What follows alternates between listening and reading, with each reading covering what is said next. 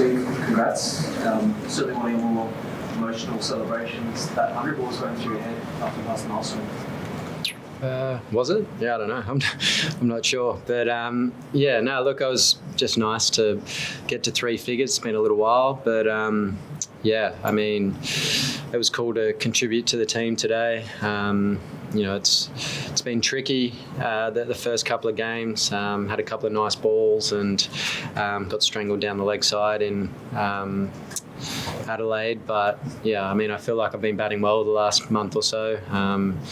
It was kind of, just sticking to my processes, trusting, that it'll turn around. You need a bit of luck, I think, on these surfaces we're playing on at the moment. And I think I got a bit of luck early on and, I guess made the most of it. Steve, you just said... right there. Yeah, sorry. Come that way a bit. Can you know that? Just the glow of my shirt. You just said that you've been batting really well throughout this month, and for those who spend a lot of time watching you in the nets, it's felt like you've been very happy with your batting and how it's coming along. So the century itself, does it feel like it was just due, it was just coming, or did you feel like I don't know where that century is going to come from? I don't know if it was coming or not, but I have been feeling good. It's just about getting into my work. I haven't been able to do that yet this series. It's been pretty challenging, I think, particularly the new ball. It's been doing a fair bit. Most wickets we're playing on. So, I think a lot of credit has to go to the top three. I think they faced 50-odd balls each, which I think is a pretty good effort on that wicket out there. They played really well yesterday and then started, okay today. The way, if we can sort of get to 30-odd overs when Travis comes in, it makes a big difference to the team. I think the seam probably starts to settle down around 30, 40 overs and the ball stays quite hard, this new ball that they changed in 2021 or whatever it is. So, you see guys batting at 5, 6, 7 that are able to hit the ball hard and get good value for their shots, and that's the kind of way we've been shaping up. We kind of said it after Perth. It was a bit of an anomaly. We all missed out at the same time together, and we usually have one or two of our batters stand up and get us out of trouble or get us in a position of strength. So fortunate that Travis and I could do that today. Steve, you seem to change your setup sort of in terms of how you approach it. To just do it in such a short period and to have the confidence to keep trusting that change, how much what does that entail?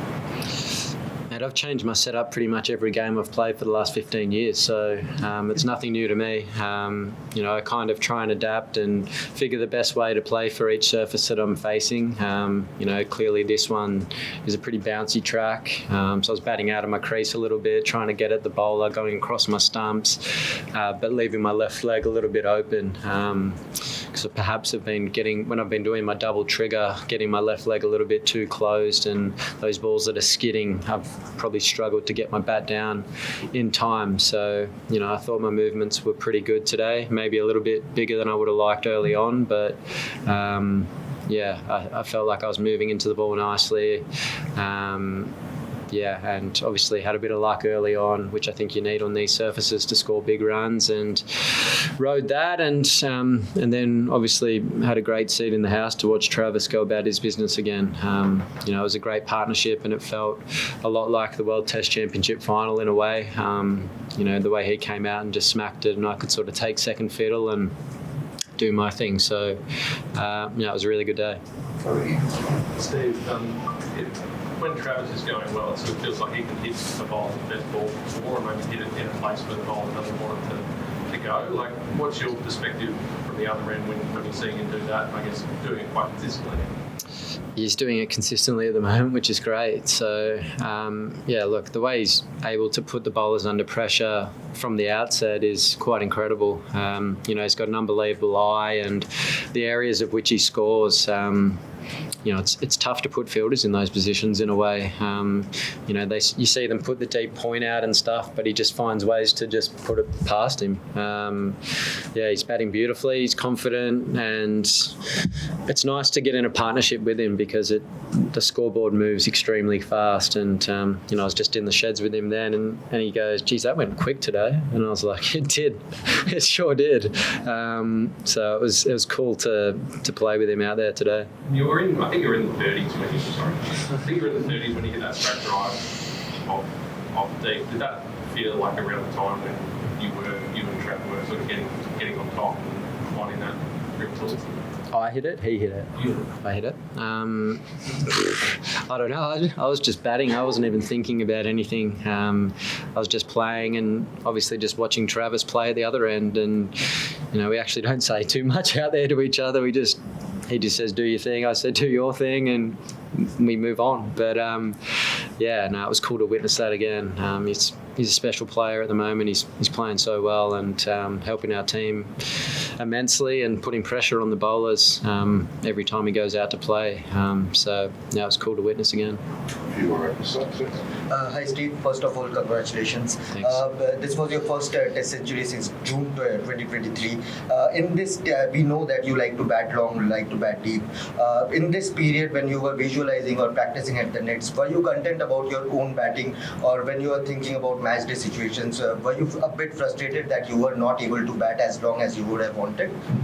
Yeah, of course. I love batting and I hate getting out. So, how do you fight those thoughts when it comes to your mind?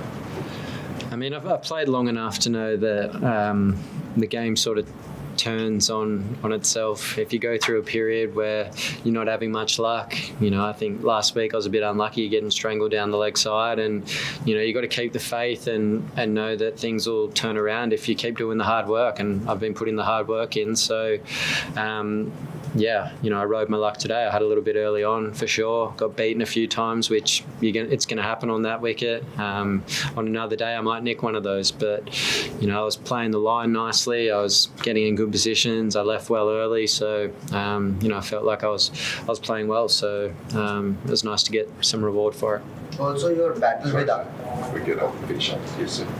Yes, Steve, congratulations. Just want to ask that, can you talk us through about that Akash deep spell? You were appreciating him a lot, and then, there were some replay and misses, and you were also looking in a different mindset today. Manas was staying there, just to talk to you, and you just said that, you can go on the other side. And then after that, he was just staying on the non-striker, and then you said, can you just shift a little bit?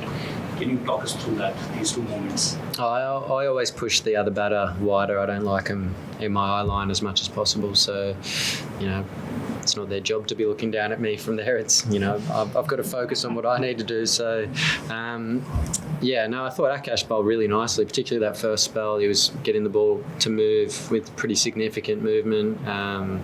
He bowled a really good length, and he's a nice bowler. It was the first time I've actually faced him, so I think he's got some skill there for sure. And I thought they toiled pretty hard all day, to be fair.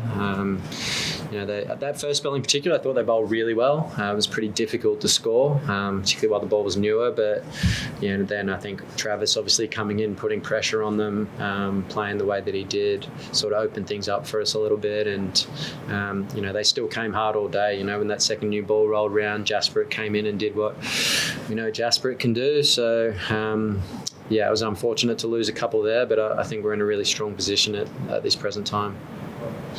So just on that note, fair bit of rain forecast the next few days. Was there much talk about how you can try and set this game up? Is it a case of bat once, hope you get in the area, achieve and falls the follow-up? That's not perhaps you guys are speaking much about the setup out there? We haven't as yet, but it's hard to control the weather and stuff. But I guess tomorrow morning, I'm sure you're going to see Alex coming out playing some shots again. I thought he played beautifully this evening, kept the scoreboard moving at good pace, and that partnership with Pat was nice at that stage after losing a few on the bounce. So Yeah, look, we'll wait and see. I still feel like there's plenty happening in this wicket. It was a pretty tough day. I felt like I had to earn every run out there. So, hopefully there's still plenty happening when our bowlers roll around. And, if we've got enough on the board, who knows, we might be able to dictate terms in the way we want to play. But we'll see. We've got to play it as it comes to start with, and hopefully put the Indian batters under pressure early when we get our chance with that ball. Dan and Louis. Steve, you touched on top three and the credit you gave to them. Has batting top three for them given you a newfound appreciation for just how hard a job it is? Well, I think since 2021, when they changed the Kookaburra ball, batting has definitely got more difficult. Particularly, I think at the same time, the wickets got greener as well. So it's kind of like a perfect storm coming together. So I think particularly the first 35 overs, I'd say, of an innings is very challenging at the moment with the significant seam movement. But then, kind of as I said before, I think the ball stays hard. So if you get through that period, and you've got some guys like Travis and Marshy and Alex coming in, the ball still bounces off the bat a lot harder than it used to. I think previously you get to those positions where the ball gets a bit softer, you'll see catches in front of the wicket and things like that, and it'll be a bit more difficult to score. But I think the ball's definitely staying harder. So look, I think the last 3 years has probably been the hardest that I've experienced in my career, batting wise, in terms of the amount of movement that's been generated. And I think you can see that in the way the scores have come down as well. And, bowling averages have come down, batting averages have come down. And usually I think in the first innings of a game, if you're putting, you think back probably 5 years ago, you're seeing consistent 400, 500s being scored in the first innings. If you put a 3 in front of it these days, you're usually in a pretty strong position. So, you got to think about that as well when you're thinking about play. Sometimes if you don't get 100, it's not the end of the world. A good 60 or a good 30 at times can be really crucial and match winning for a team. So that's the kind of way I'm seeing things at the moment. And if you get a big score, you're going to need some luck to do it, and you're going to have to play really well. Step 10, 35, a few months ago, just the grind, the work that you need to do, change your stance, test by test, working the nets. Does it become, is it harder than what it was in the 3-3? No, not really. I mean, I've been doing it for so long, so if I want to change a few different things, it really doesn't take me long to do it. Sometimes I do it in the middle of an innings. So, I think that's part about adapting to situations and scenarios that are put in front of you and having the confidence to do it. And look, I've played for a long time, and I know what I'm trying to do out there most of the time. So for it to come off today, it's pleasing and help the team get us into this situation we're in now. It's a good spot. So it's been a good day.